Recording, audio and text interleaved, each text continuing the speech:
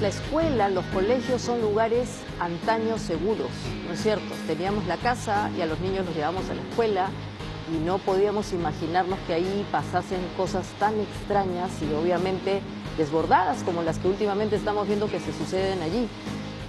Vamos a ver las cosas como son: violaciones, ciberbullying, acoso y por último ya hasta el mercado de la pornografía que se denomina deepfake, que es esta pornografía especial que consiste en utilizar aplicaciones con el rostro y con el cuerpo de otras personas para venderlas profesamente con ese tipo de edición.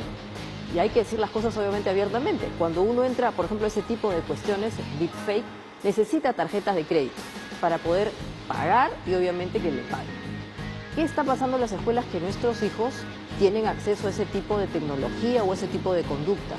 Las escuelas están preparadas para justamente poder enfrentar estas urgencias y por eso es que justamente hemos convocado a un experto en gestión de crisis. Él es el señor José Salazar. Buenas noches, José. Como de verdad, hoy día uno ve estas noticias y además de quedarse sorprendido, se pregunta si en la escuela existen los profesionales y los protocolos adecuados para poder enfrentar de manera solvente el desafío, porque adicionalmente no podemos olvidarnos que son niños menores de edad, a veces cumplimos las normas judiciales o legales, pero nos olvidamos que son niños, son personas vulnerables. ¿Qué debemos hacer? ¿Cómo se presentan estas situaciones en las escuelas y qué hay hoy día para poder manejarlas adecuadamente? Sí, mira, lo primero que hay que pensar es en el contexto nuevo en el que están viviendo las escuelas. Ese fenómeno es muy grave. Jaime Saavedra, que acaba de sacar un libro, estamos tarde, ahí menciona cómo la pandemia lo que nos ha dejado es una situación muy crítica para todos los estudiantes y una crisis educativa que no se había visto en los últimos 100 años, ¿no?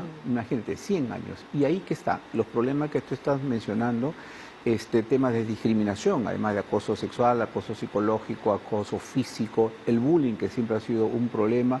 Y te digo un caso incluso en un colegio privado donde no se sabe cómo gestionar el uso del vape. El vape es el cigarro dispositivo electrónico, que para también fumar. es otro fenómeno que está quejando a todos los colegios, ¿no? Y no están los colegios preparados para enfrentar ese tipo de situaciones. Entonces, frente a tu pregunta, yo creo que lamentablemente los colegios están teniendo nuevos temas que no los tenían hace mucho tiempo y que definitivamente no están preparados para enfrentarlos, ¿no? Primero porque no hay protocolos de gestión de crisis, y ni siquiera protocolos, sino prevención. Tema de prevención: cuando uno gestiona una crisis, lo primero que tiene que hacer es mapear cuáles son los riesgos, ¿no?, frente a una institución cualquiera. Entonces, los colegios, que han hecho usualmente mapear sus riesgos de infraestructura, ¿no? Es decir, que los techos estén bien, que las paredes, hasta los baños, ¿no? Pero estos son temas sociales, ¿no?, que están aquejando enormemente a los chicos y que lamentablemente ni los directores, ni los profesores, y menos la parte administrativa, se han dado el trabajo de mapear cuáles son estos riesgos sociales, ¿no?, que están afectando a los chicos, ¿no? Señor Salazar, obviamente en las escuelas siempre ha existido los maestros, eventualmente también hay un apoyo vinculado a las artes, al deporte. Había la presencia de personal vinculado a temas psicológicos. Hoy día tiene que sofisticarse más el grupo de personas que están de alguna manera a cargo de los niños y los adolescentes en las escuelas, porque claro, uno ve estos problemas y dice, tal vez no se cuenta con el personal adecuado y tampoco están obviamente capacitados quienes hoy día están para saber enfrentarlo, ¿no? En el caso de la escuela pública, el desborde es mayor. A veces hemos visto a las mismas maestras no saber manejar bien la situación y obviamente agravarla, entre otras cosas por temor a su propia responsabilidad, ¿no? Vamos a decir las cosas. Por tratar de ellos cubrirse, termina justamente no protegiendo a los niños. Sí. Para empezar, existe una carencia de psicólogos, ¿no? Eso está demostrado ya en nuestro sistema educativo. Lamentablemente, en el sistema público, de escuelas públicas, no tenemos un psicólogo. Se calcula que un colegio debería tener al menos un psicólogo por aula. Eso, por aula. Eso lamentablemente no se cumple. En los colegios privados, si bien es cierto, hay psicólogos, ¿no?, en una mayor cantidad, sin embargo, tampoco se dan abasto, incluso yo te diría, para tratar estos temas nuevos, ¿no? Eso es por un lado. Pero por otro lado, también los colegios no están preparados para enfrentar estas crisis de las que estamos hablando. Cuando uno enfrenta una crisis, lo primero que se requiere es mucha transparencia, ¿no? Y la última crisis que hemos tenido con el St. George, lo que tú ves ahí es que el colegio no supo comunicar apropiadamente y rápidamente hacia los padres afectados, ¿no? El hecho ocurrió el día miércoles, se conoció el día jueves, se hizo la denuncia y recién, mira, el colegio sacó un comunicado el sábado, después de 4 días, ¿no? Frente a un tema tan crucial y que impacta sobre la vida normal de un colegio, tú no puedes esperar. No puedes esperar incluso teniendo a las redes sociales que tú bien conoces, donde estos temas rápidamente se disparan, ¿no? Sí. Y ni siquiera, si no controlas una situación de comunicación con los padres, menos capacidad vas a tener de gestionar una crisis digital, donde ya una vez que estás en el tema digital es mucho más complicado porque tú bien sabes que las emociones se manejan de una manera distinta, ¿no? Entonces lo primero es transparencia, ¿no? Y por supuesto, inmediatamente entrar en diálogo con los padres. Las protestas y las marchas que hubo durante los 2 o 3 días siguientes al hecho se dieron porque los padres no recibieron información adecuada de los propios directores. Y seguramente, como decía, aparece este temor de la responsabilidad, que es totalmente humano, pero eso también nos habla de que no están preparados justamente para enfrentar la situación. En algunos otros lugares del mundo, señor Salazar, hay como comités de protección para los niños en las escuelas respecto de estas nuevas vulneraciones y riesgos, ¿no? Entonces, así es. Además de que el maestro tiene que darle, no sé, algún tipo de formación específica, cuando se presenta una crisis de este tipo, tienen que aparecer ciertos roles.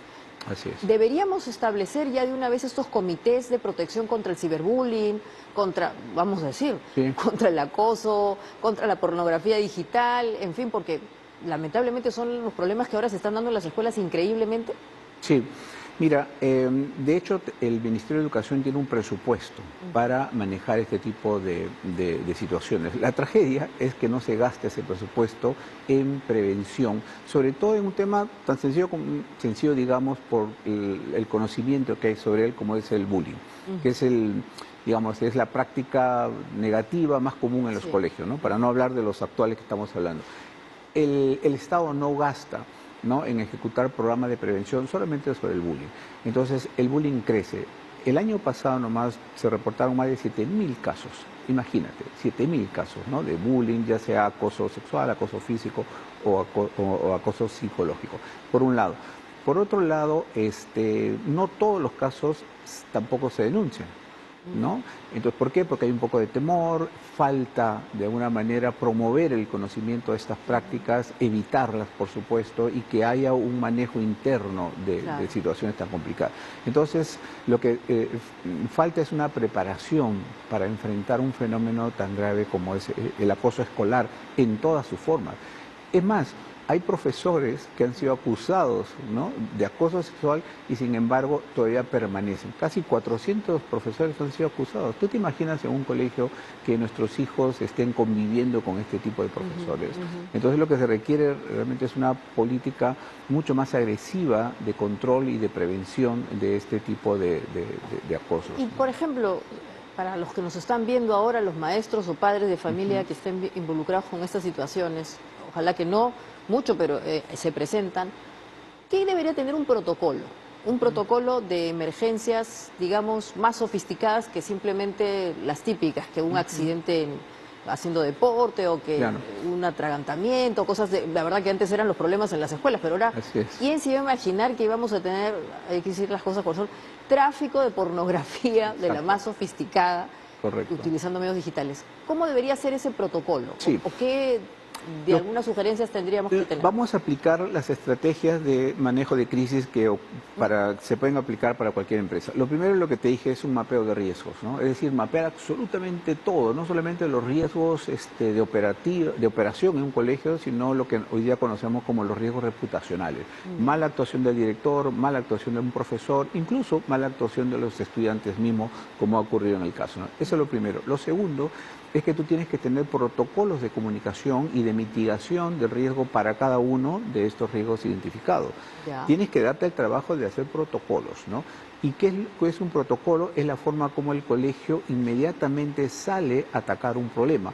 Una vez que estás en los medios de comunicación, ya tienes una crisis muy grande en potencia. Entonces lo que tienes que hacer es evitar que este problema que está allá, que este riesgo que se ha convertido en una crisis pueda salir a la opinión pública y internamente manejarlo.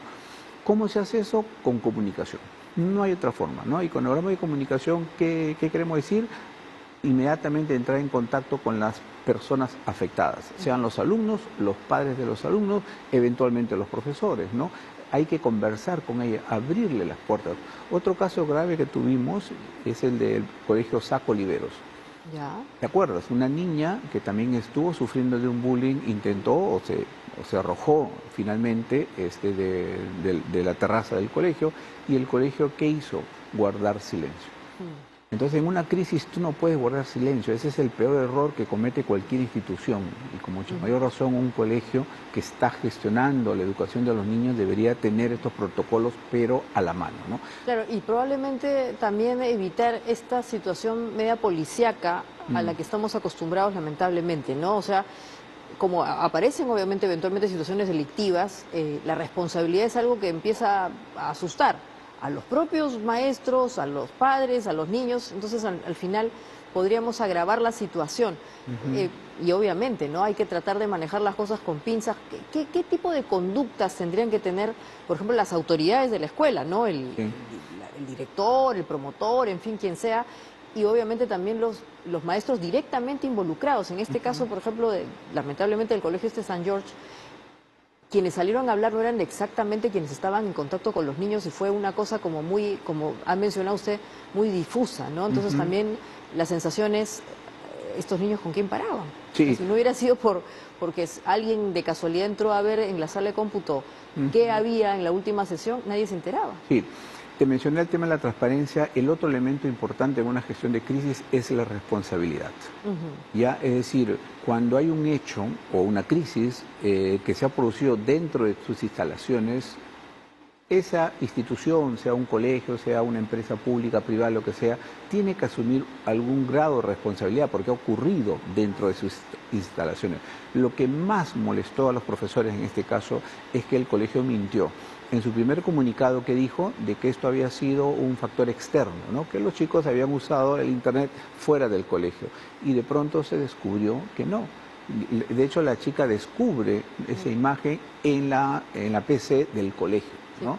Entonces, cuando uno maneja una crisis, lo primero que tiene que hacer es información, conocer exactamente en detalle qué ha pasado, ¿no? Antes de emitir cualquier comunicado, porque si no la transparencia se afecta.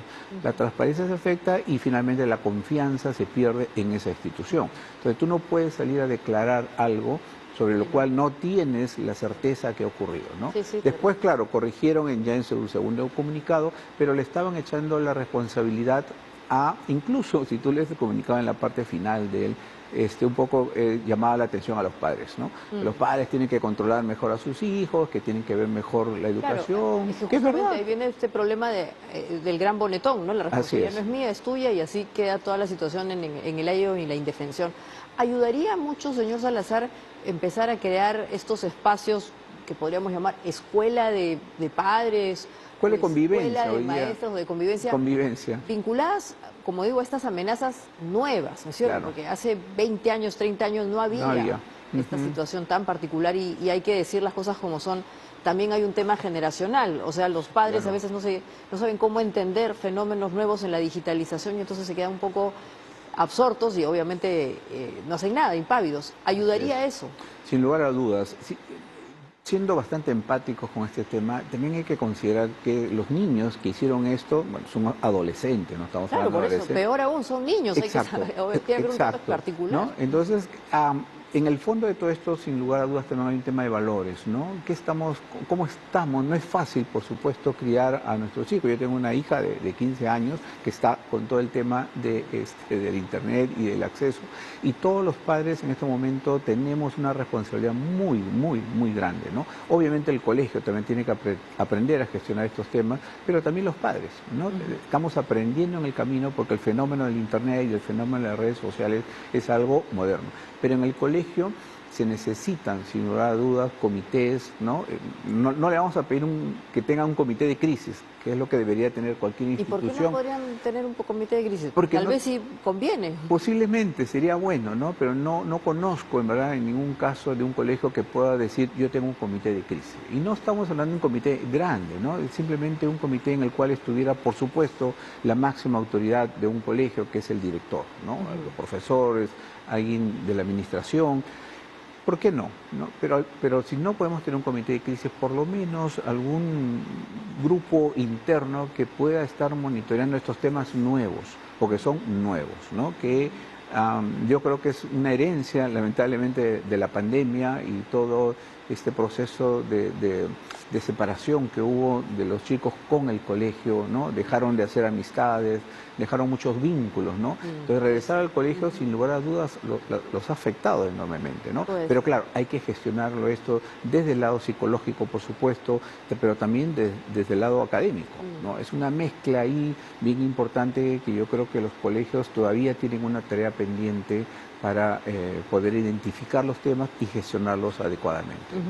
Durante la pandemia, como bien indicaba, se generó este problema de que los niños se quedaron en la casa, ¿no? Y los papás descubrieron que tenían hijos, ¿no? Porque había una cierta traslado de la responsabilidad de la escuela y parece que se han olvidado de eso, ¿no? Que los tuvieron en la casa mucho tiempo y ahora otra vez han vuelto a trasladarlos a la escuela y hay como una suerte de lavada de manos de lo que pase ahí. ¿Cómo debería ser la interacción de los padres con las autoridades de la escuela o con la propia escuela? ¿Esos espacios deberían ser recurrentes? Ahora, no sé, se firma un cuadernito o los grupos de WhatsApp.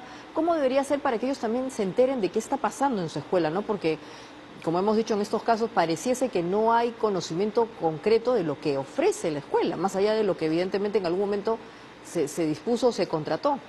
Por un lado, el involucramiento de los padres en la escuela, ¿no? Ya no creo que podemos dejar que nuestros hijos simplemente dejarlos en manos de la educación de un colegio público o privado porque están enfrentando todos estos problemas, ¿no? Pero el segundo tema es el tema de comunicación. En verdad, si es que un padre, primero, no se interesa por la educación de su hijo o de su hija y acude constantemente para ver qué está pasando en el colegio, conversa con los chicos, porque es una forma de saber cómo está el colegio conversando con los hijos. Pero por otro lado, el colegio también tiene que tener esta capacidad de comunicarse proactivamente con los padres de familia. Lamentablemente, durante la pandemia, ¿cómo se comunicaba uno con el colegio? Nuevamente, a través de un Zoom, con horarios rígidos, uno no podía hacer preguntas, ¿no? Porque el sistema no lo permitía y tal. Entonces, claro, también se cortó esta comunicación que uno tenía con el colegio, donde podía ir eventualmente a un auditorio, escuchar, preguntar. Ese espacio yo creo que todavía no se ha recuperado. En muchos colegios todavía recién han comenzado a brindar esos espacios y creo que es la única manera en la cual los padres tenemos para, primero preguntar, ¿no? Pero también expresar un poco las preocupaciones que tienen nuestros hijos en las escuelas, ¿no? Estupendo. Le agradezco por este espacio, creo que ha sido muy útil, muy funcional, además porque para todas las personas que nos están viendo creo que les hemos dado muchas sugerencias. El mundo ha cambiado dramáticamente y también la escuela, ¿no? Hay muchas amenazas, incluso en el lugar donde supuestamente había más seguridad, y es tiempo de involucrarnos más justamente en la educación de los niños que tenemos a cargo y evidentemente también de los hijos, ¿no? Muchas gracias, señor Salazar.